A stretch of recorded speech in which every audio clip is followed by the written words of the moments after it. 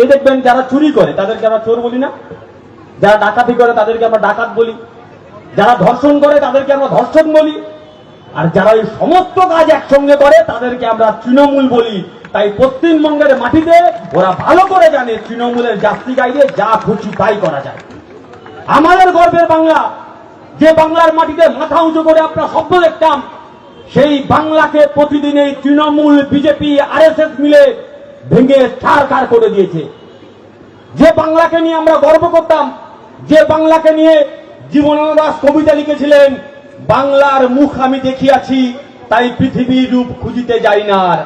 আজকের আমাদের দুর্ভাগ্য, যদি 2011 সালের পরে জীবনানন্দ দাশ জন্মাতেন তাহলে তিনি অবশ্যই কবিতা লিখতেন, বাংলার চোর আমি দেখিয়াছি তাই পৃথিবীর চোর খুঁজিতে যাই না আর।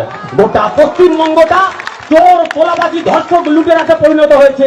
তাই বিজেপিকে আটকানোর জন্য যেভাবে গোটা ভারতবর্ষে মানুষের কণ্ঠ রোধ হচ্ছে, তার বিরুদ্ধে দাঁড়িয়ে বিজেপির বিরুদ্ধে লড়বার জন্য সবচেয়ে বড় শক্তি হচ্ছে তৃণমূল কংগ্রেস।